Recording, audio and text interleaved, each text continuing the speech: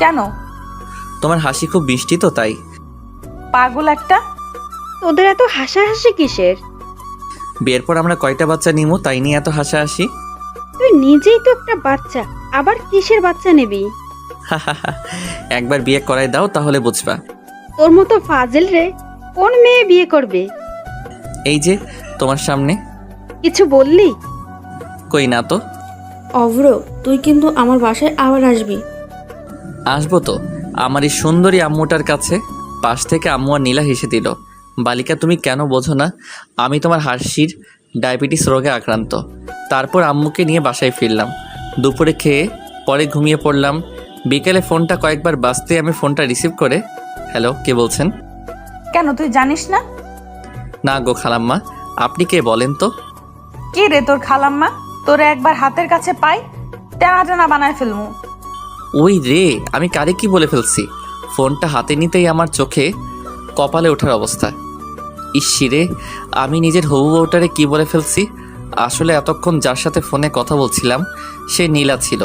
বিছানা থেকে তাড়াতাড়ি উঠে ফ্রেশ হয়ে আসলাম। তারপর নীলাকে কল দিলাম। কয়েকবার ফোন দিতেই সে রিসিভ করলো। হ্যালো। তুই আমাকে ফোন দিছিস কেন? আমার হবু বউটা হেব্বি রেগে আছে। কেন, তুমি জানো না? না, আমি জানি না। আমি তোমার হবু স্বামী লাগি। আহারে মোর স্বামী রে, আহো তোমার একখান আদর করি। সত্যি? গো। আমি কিন্তু সিরিয়াসলি চইলে আমু। তোরে হাতের কাছে পাইলে উত্তম মধ্যম দিয়া বুঝামু আমি কে। আমি অভ্র। তাই নাকি? গো। আচ্ছা, তুমি কেন আমাকে ফোন দিয়েছো? এমনি। বুঝি তো, সব বুঝি। কি বোঝো? তুমি আমার প্রেমে পড়ে গেছো। কি যে বলো না। ও গো, তোমার আকাশ দুটি চোখে আমি হয়েছি দিশেহারা। আমি রাখছি। কেন? আম্মু ডাকছে। আচ্ছা ভাই, ফোনটা রেখে নিচে চলে আসলাম। আম্মু, আমি বাইরে থেকে ঘুরে আসছি। তাড়াতাড়ি আসিস। তারপর চলে আসলাম হারামিগুলার কাছে। বন্ধু, আজকাল তো তোমার দেখাই পাওয়া যায় না। পোলার দেখা পাবি কেমনে? পোলা তো এখন সিঙ্গেল থেকে মিঙ্গেল হতে চললো। কি মামা, তুমি তো আমাদের কিছুই বলো নাই। তাই তো। আসলে বিষয়টা আমিও ঠিক বুঝতেছি না। তোমার ধান্দা কেউ না বুঝুক, আমি ঠিকই বুঝে ফেলাইছি। কি বুঝছস? ওরা সবাই মিলে ধর। আহারে, হারামিটার জন্য আমার 5,000 টাকা খরচ হলো আজ। রাত্রে বাসায় আসতে আম্মু বলল, কয়টা বাজে এখন? এই তো রাত 11টা। কাল সকালে তাড়াতাড়ি উঠিস আর চল খাবার খাবি। আমি খেয়ে আসছি, তুমি খেয়ে নাও। তারপর রুমে গিয়ে ওকে ফোন দিলাম। একবার রিং হতেই ফোন রিসিভ করলো। হ্যালো। কি করছো এখন? এই তো শুয়ে আছি।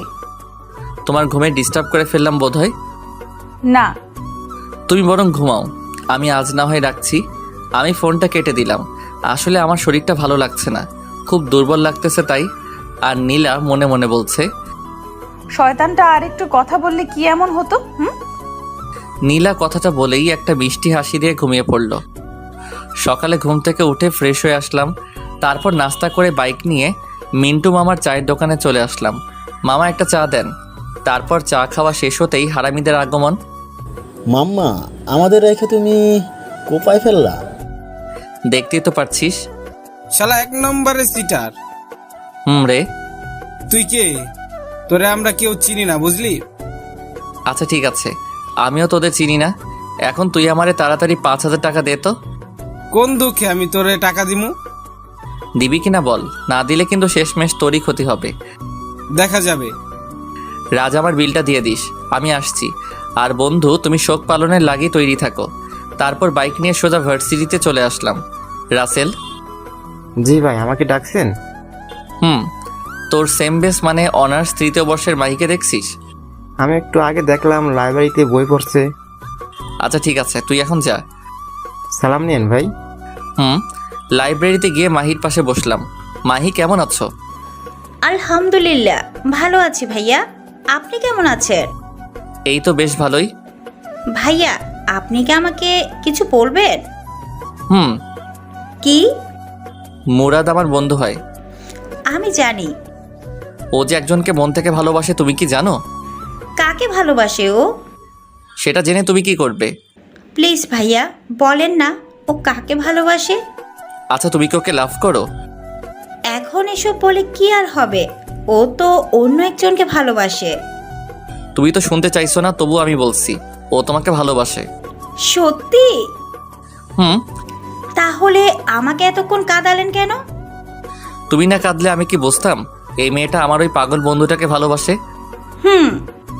লজ্জা পেলে হবে না, আমাকে আজকে ট্রিট দিতে হবে। সেটা আপনি না বললেও আমি দিতাম। তারপর বাইকে করে মাহিকে নিয়ে মিন্টু মামার চায়ের দোকানের পাশ দিয়ে রেস্টুরেন্টে গেলাম, যাতে বন্ধু মুরাদটা একটু তেলে বেগুনে চলে। খুব বেশি খেতে পারিনি, এই তো মাত্র 3000 টাকার বিল হয়েছে। তারপরও আমাকেও ছাড়ছেই না, জোর করে আমাকে শপিং করিয়ে দিল। তারপর বাইক নিয়ে মাহিকে বাসায় পৌঁছে দিয়ে মিন্টু মামার চায়ের দোকানে আসলাম। মামা তুমি এটা করবে আমার জীবনেও ভাবিনি, তাও আবার আমরা তোমাকে সামান্য একটু রাগ দেখানোর জন্যই। তুই কাজটা ঠিক করিসনি। আর এদিকে আমার প্রাণপ্রিয় বল্টু থুকু বন্ধু মুরাদ কাঁদতে কাঁদতে একেবারে যায় অবস্থা। বন্ধু আমাকে 5000 টাকা দে তো। এই নে 10,000 টাকা, এবার যা তো আমার চোখের সামনে থেকে। বন্ধু আমার টাকা দিল 10,000। আমি কি না করতে পারি? আমিও নিয়ে ফেললাম আর ঢুকিয়ে ফেললাম আমার পকেটে। আর আমার বন্ধুর যায় অবস্থা। জানিস মুরাদ, আজ মাহি আমাকে রেস্টুরেন্টে খাবার খাওয়াইছে আর শপিংও করিয়ে দিছে, সবটা ওর টাকায়, বুঝলি? অব্র এবার কিন্তু বেশি বেশি হয়ে যাচ্ছে। আপনি কে ভাই? আমি হাসছি আর রাজ সাফি ওরা মুরাদকে সান্ত্বনা দিচ্ছে। আহারে আহারে আমি কোথায় পাবো তাহারে। অব্র তুই আমার সামনে থেকে যা। আমি তো হাসতে হাসতে শেষ। রে শালা আমার লগে ভাবলস। তারপর বাইকটা স্টার্ট দিয়ে ওদেরকে বললাম, মুরাদ। শব্দ শেষ করে দিলি, আর কি বলবি তুই? মুরাদ তুই বিকেল 4টার আগে এই পার্কে যাবি, বুঝলি? আরে মাহি তোকে দেখা করতে বলছে। কি? রে আর শোন, সাথে গোলাপ ফুল নিয়ে যাবি আর ওকে কিন্তু ঠিক করে প্রপোজ করবি, বুঝলি? ওরা সবাই অবাক হয়ে আমার দিকে তাকিয়ে আছে। একটু আগে আমরা তো দেখলাম, আর তুই আমাদের একটু আগে যা বললি তাই। তোরা যা দেখছস আর আমি যা বলছি সব সত্যি, বুঝলি? তবে মাহি মানে আমাদের ভাবি আমাকে ট্রিট দিছে আর কি। কি? রে এতক্ষণ আমি মজা লইছি, আমার লগে ভাবগিরি আমি নেহি। তোকে তো আজ আমি। আমাকে আর পাইকে বাইকটা নিয়ে এক টানে বাসায় আসলাম। বাসায় এসে দুপুরের খাবার খেয়ে নিলাম, তারপর ঘুম। বিকেলে ঘুম থেকে উঠে ফ্রেশ হয়ে নিচে নামতেই চোখ পড়ল সোফায় বসা মেয়েটার দিকে, না মানে নীলার দিকে। কিন্তু ও এখানে কেন? কেমন আছেন? খুব ভালো আছি। কি হলো ওর আবার? বোধহয় আমার উপর রেগে আছে মনে হয়। আন্টিকে নিয়ে আসেননি কেন? বাসায় কেউ নেই, তাই আম্মু আসেনি। অব্র নীলাকে তোর রুমে নিয়ে যা, মেয়েটা একটু বিশ্রাম নিক। এই যে চলেন। তারপর নীলাকে আমার রুমে নিয়ে আসতেই নীলা দরজাটা বন্ধ করে আমার কাছে এসেই আমার শার্টের কলার ধরে আমার দিকে রাগি রাগি চোখে তাকিয়ে আছে। ওকে দেখে মনে হচ্ছে আমাকে আস্ত খেয়ে ফেলবে। আরে আমার শার্টটা ছিঁড়ে যাবে তো। কি করছো কি নীলা? একদম চুপ করে থাক, না হলে কি করবে শুনি? মেরে তোর হাড্ডি গুঁড়ো গুঁড়ো করে ফেলবো। নীলার রাগের কারণটা আমি খুঁজছি। কি কারণে ও আমার উপর রেগে থাকতে পারে? ও মাগো, কি গুন্ডি মাইয়া রে। একদম চুপ করে থাক। নীলা, কি হয়েছে তোমার? নীলা আমার শার্টের কলারটা ছেড়ে দরজাটা খুলে এক দৌড়ে নিচে চলে গেল। আর আমি ভাবছি ওর কি হলো। কি রে মা, চলে আসলি যে? এমনি। ও আচ্ছা, অব্র কোথায়? রুমে। ও আম্মু কাজ করছে আর নীলা আনমনে কি যেন ভাবতেছে। হঠাৎ নীলা, তুই কি কোনো ব্যাপারে আপসেট? না। আচ্ছা আন্টি, অব্রকে কেউ ভালোবাসে? কেন রে পাগলি? না মানে এমনি। সেদিন ওর কাছ থেকে শুনলাম ও নাকি কোনো এক পুলিশিনীকে দেখতে থানায় গেছে, মনে হয় তাকেই। দেখতে না, পুলিশটা ওকে ধরে নিয়ে গেছে, আর সেটা আমি। কি রে মা, কিছু বললি আমাকে? না। নীলা মনে মনে বলছে, অব্র বাবু, তোমাকে আমি পরে দেখে নেব। নীলা, অব্রকে ডেকে নিয়ে আয়। জি আন্টি। নীলা আমার রুমের কাছে এসে, এই তোরে আন্টি ডাকছে। আসছি। আমি মনে মনে বলছি, একটু রোমান্টিক করে ডাকলে কি এমন ক্ষতি হতো? তারপর নিচে চলে আসলাম। এসেই নাস্তা করে সোজা ছাদে চলে আসলাম। আমি মনে মনে ভাবছি, আচ্ছা নীলা কি আমার উপর কোনোভাবে রেগে আছে? হঠাৎ আমার কাঁধে কারো স্পর্শ পেতেই আমি পিছন ফিরে তাকিয়ে দেখি নীলা দাঁড়িয়ে। একা একা ছাদে কি করছিলে? ভাবছি তাহার কথা। ও আচ্ছা, তুমি কি কোনো কারণে আমার উপর রেগে আছো? হুম, কি? মেয়েদের নিয়ে ঘুরতে তো ভালোই পারো। আমি আবার কোন মেয়েকে নিয়ে ঘুরলাম? কেন মনে থাকবে? মেয়েদের নিয়ে বাইকে ঘুরতে তো বেশ ভালোই লাগে তোর, তাই না? নীলা রেগে গিয়ে আমার শার্টের কলার ধরে বলল, আরে ও তো। তোর মতো ছেলেদের আমার ভালো করেই চেনা আছে। এতই যখন জানো তাহলে আমাকে জিজ্ঞেস করতে আসছিলে কেন? সত্যি কথা বললে তো তোর গায়ে ফুসকা পড়বেই। তুমি আগে আমার কথাটা তো শোনো, তারপর তুমি যা বলবে আমি মেনে নিব। হুম, তারপর আমি নীলাকে পুরোটা বললাম আজকে সকালে যা যা হয়েছে। সরি। আচ্ছা, নীলা কি আমাকে ভালোবাসে? আর না হলে ও কেন আমার সাথে একটু আগে এমন করলো, মানে রেগে গেল? আর তা যদি না হয়, আচ্ছা এমন নয় তো ও কোনো মেয়ের সাথে আমাকে দেখলে জেলাস ফিল করে? আচ্ছা, তুমি আমাকে কেন ভালোবাসো? ভেজা ভেজা চোখ বললাম, আমি রোদ্দুরে শোকাবো। ভালোবাসি তোমারে, কি করে তা লুকাবো? তাই বুঝি। জি ম্যাডাম। আচ্ছা ধরো, আজ যদি আমাদের দুজনের দেখা না হতো, তাহলে তুমি আগামী দিনগুলো কি করে কাটাতে? নীলা এক মনে আমার দিকে চেয়ে আছে উত্তর শোনার জন্য। আমিও বলা শুরু করলাম, একটা সময় ভাবতাম জীবনটা থমকে গেছে, নিঃসঙ্গতা কাটিয়ে দেব বাকিটা জীবন, কিন্তু তোমাকে দেখে মনে হচ্ছে আমার পক্ষে সেটা আর সম্ভব না। এতটা ভালোবাসো আমায়? ছাদের কোণেতে আমার পাশে নীলাও বসে আছে। কিন্তু আমি তো তোমাকে ভালোবাসি না। আমি যে ভালোবাসি। আজ যদি আমার বিয়ে হয়ে যায় তখন তুমি কি করবে? কি করে বাকিটা জীবন কাটাবে শুনি? নীলা যে এমন প্রশ্ন করে বসবে আমার ধারণাই ছিল না, তবু নিজেকে সামনে নিয়ে বললাম, একজনকে পাবো না জেনেও তাকে ভালোবাসার মধ্যে একটা আলাদা অনুভূতি আছে। মানুষকে বলতে শুনেছি পেয়ে হারানোর যন্ত্রণা নাকি না পাওয়ার চেয়ে অনেক বেশি। জানি না কোনটা ঠিক, কতটা ঠিক, শুধু এটাই জানি আমি তোমাকে ভালোবাসি আর সারা জীবন ভালোবেসে যাব। পিচ্চি তো দেখি, খুব সুন্দর করে কথা গুছিয়ে বলতে পারে। সবটাই তোমার জন্য। তাই বুঝি। আমার একটা কথা রাখবে? কি? তোমার কোলে মাথা রেখে একটু ঘুমাবো। হুম। আমি কি নীলার কোলে মাথা রেখে শুয়ে আছি আর নীলা লজ্জায় লাল হয়ে আছে। এই আমার না মাথাটা খুব ব্যথা করছে। কখন থেকে? কিছুক্ষণ আগ থেকে। নীলা আমার মাথায় হাত দিয়ে দেখতেই ও বলে উঠল, জ্বরে তো তোমার গা পুড়ে যাচ্ছে, চলো রুমে যাবে। তারপর নীলা আমার হাত ধরে আমার রুমে নিয়ে গেল। তুমি একটু থাকো, আমি এক্ষুনি আসছি। তারপর কি হলো আমার আর মনে নেই। সকালে ঘুম ভাঙতে দেখি নীলা আমাকে জড়িয়ে ধরে ঘুমিয়ে আছে। ঘুমন্ত অবস্থায় ওকে ভীষণ সুন্দর লাগছিল। এক কবি বলেছিল, যে মেয়েকে ঘুমন্ত অবস্থায় সুন্দর দেখায় সেই প্রকৃত সুন্দরী। আমি নীলার কপালে আলতো করে ভালোবাসার পর শিখে দিলাম। তারপর আমিও নীলাকে জড়িয়ে ধরে আবার ঘুমিয়ে পড়লাম। অব্র, আর কতক্ষণ ঘুমাবি? তাড়াতাড়ি ওঠ।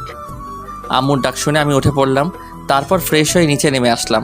দেখলাম নীলা আমার দিকে তাকিয়ে একটা রহস্যময় হাসি দিল। তবে সেই হাসির কারণ আমার জানা। অব্র, কালকে তোর হঠাৎ কি হয়েছিল? আসলে কালকে হঠাৎ করে আমার মাথাটা ভীষণ ব্যথা করছিল, আর তারপর আর আমার কিছু মনে নেই। তারপর আমি, আম্মু আর নীলা মিলে নাস্তা করে নিলাম। এখন কেমন লাগছে? ভালো। তারপর আমি আমার রুমে চলে আসলাম। আমি আসার একটু পর নীলাও আমার রুমে আসলো। কফি খাবা? একটু পর নীলা কফি বানিয়ে আনলো। এই নাও। আমি হাত বাড়িয়ে কফিটা নিলাম। কেমন হয়েছে কফিটা? নীলা খুব আগ্রহ নিয়ে আমার দিকে চেয়ে আছে। অসাধারণ। তবে কি? আমরা দুজন কফিটা বদল করে খেলে ভালো হতো আর কি। কি?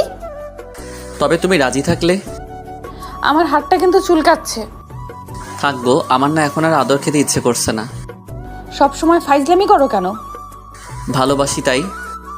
মায়ের চিনো? কিস চিনি, একটু শিখিয়ে দিও। এই না।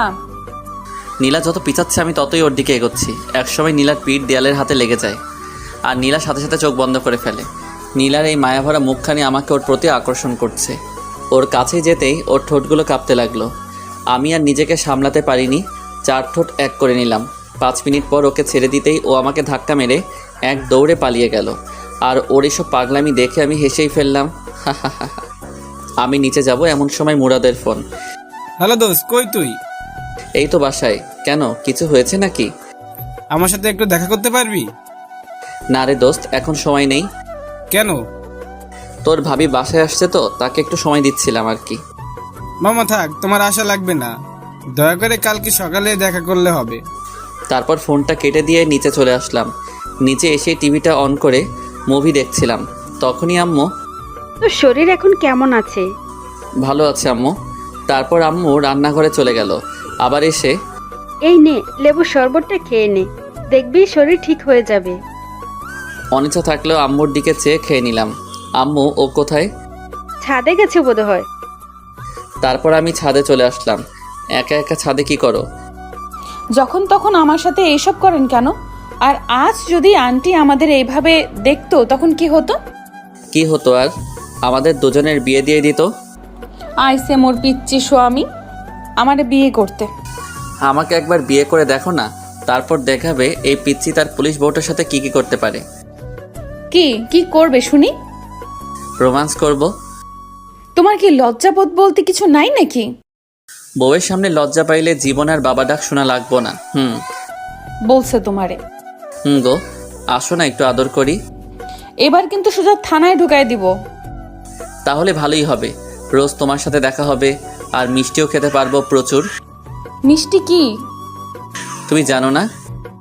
না গো। ওই যে তোমার ঠোঁট। দ্যাট। নীলা দৌড়ে নিচে চলে গেল। আমি ওর এমন পাগলামি দেখে হেসে ফেললাম। তারপর নিচে যেতে আম্মু বলল, অব্র শোন, বলো। তুই নীলাকে নিয়ে বাহির থেকে ঘুরে আয়। নীলা কি রাজি হবে? ও নিজেই আমাকে বলেছে তোকে যেন এ কথা বলি। ওকে রেডি হতে বলো। আমি রুম থেকে আসছি। তারপর রুমে এসে ব্ল্যাক শার্ট, ব্ল্যাক প্যান্ট আর ব্ল্যাক শুজ আর কালো চশমা পরে নিচে আসলাম। আচ্ছা, তুই কি আমার পোলা অব্র? না গো, তুমি আমার আম্মু। তোকে আজ একদম হিরোর মতো লাগতেছে। অন্যদিন কি হিরো আলমের মতো লাগতো নাকি? আমি কথাটা শেষ করতে নীলা আর আম্মু হাসতে হাসতে শেষ। নীলার দিকে চোখ পড়তে দেখি ও আজ নীল শাড়ি পরেছে আর নীল চড়ি, সব কিছু মিলিয়ে যেন একদম নীল পরীর মতো লাগছিল। আমি তো ওকে দেখেই বাস খাইছি, থুক্কু ক্রাশ খাইছি। এই ফাজিল, বেশি কথা না বলে ওকে নিয়ে তাড়াতাড়ি ঘুরে আয়। তারপর আমি আর নীলা বাহিরে আসতেই ওকে বললাম, আমরা কিভাবে যাবে? তোমার বাইক আছে না? তোমার বাইকে করে যাব। আমি কিন্তু মেয়েদেরকে সাথে নিয়ে আমার বাইকে করে ঘুরি না। কি বললি তুই? যেটা বলছি সেটাই। Aunty, aunty. এই আম্মুকে ডাকছো কেন? আম্মু তাড়াতাড়ি বাইরে এসে। কি হয়েছে? আন্টি দেখো, তোমার ছেলে কালকে একটা মেয়েকে নিয়ে বাইকে করে ঘুরোঘুরি করেছে, আর আজকে আমি যখন বলেছি অব্র আমরা বাইকে করে ঘুরতে যাব, আর তখনও কি বলেছে জানো? কি?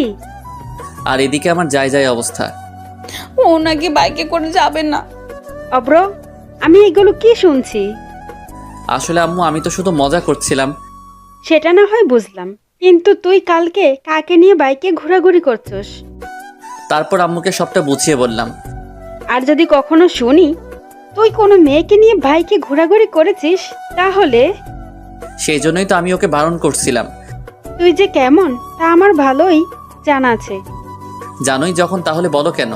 নীলার দিকে চেয়ে দেখি ও আমার দিকে তাকিয়ে মুচকি মুচকি হাসছে। তারপর বাইকটা বের করে নীলার সামনে আসলাম। নীলাকে বাইকে ওঠাতেই নীলা আমাকে শক্ত করে জড়িয়ে ধরলো। আমি বাইকটা সবে টান দিতেই, এই ফাজিল, বাইক দেখে শুনে চালাবি, না হলে কিন্তু সোজা জেলে ঢুকিয়ে দেব। ও যেভাবে আমাকে জড়িয়ে ধরে আছে, অন্যরা মনে করবে আমি ওর বফ আর ও আমার গার্লফ্রেন্ড। সত্যি যদি এমনটা হতো তাহলে তো কথাই ছিল না। ওই, আমি ফুচকা খাবো, গাড়ি থামা। এই মাঝ রাস্তায় আমি ফুচকা পামু কই? এই, তোর বাইক থামাতে বলছি, তুই থামা। আমি বাইকটা ফুচকার দোকানের সামনে থামাতেই নীলা বাইক থেকে নেমে ফুচকার দোকানে চলে গেল। শালা মাইয়ারা কেমনে যে এতগুলো ফুচকা খায় খোদাই জানে। আর ওদিকে নীলার হঠাৎ আমার কথা মনে পড়তেই, অব্র, এখানে দাঁড়িয়ে আছো কেন? আসো, ফুচকা খাবে। এমনিতেই আমি ফুচকা খাই না, তবে ও ডাকছে তাই ফুচকা খেতে গেলাম। দেখি, হা করো তো। আমিও হা করলাম আর নীলা আমাকে একটা ফুচকা খাওয়াই দিল। তারপর ফুচকার বিল মিটিয়ে আমি নীলাকে নিয়ে একটা পার্কে এসে বসলাম। অব্র, তোমাকে কিছু কথা বলতে চাই। বলো। অব্র, তুমি আমাকে কতদিন ধরে চেনো? যেদিন তোমায় প্রথম দেখেছি সেদিন থেকেই। দেখো, ফাইজলামি করো না, আমি কিন্তু সিরিয়াস। গত 3-4 দিন থেকে। এই অল্প কয়েকটা দিনে কেউ কি কারো প্রেমে পড়তে পারে? দেখো নীলা, আমি তোমাকে প্রথম দেখাতেই ভালোবেসে ফেলেছি। আর তুমি যেন কি বললে, অল্প কয়েকটা দিনে কেউ কি কারো প্রেমে পড়তে পারে? হ্যাঁ নীলা, পারে। একজন মানুষ অন্য একজন মানুষের প্রেমে পড়তে জাস্ট একটা মুহূর্তই প্রয়োজন, আর বেশি আর কিছু না। কিন্তু আমি তো তোমার প্রেমে পড়িনি। আর হ্যাঁ, সবচেয়ে বড় কথা হলো আমি তো তোমাকে ভালোবাসি না। আর কাল যদি আমার বিয়ে হয়ে যায় তখন তুমি করবে?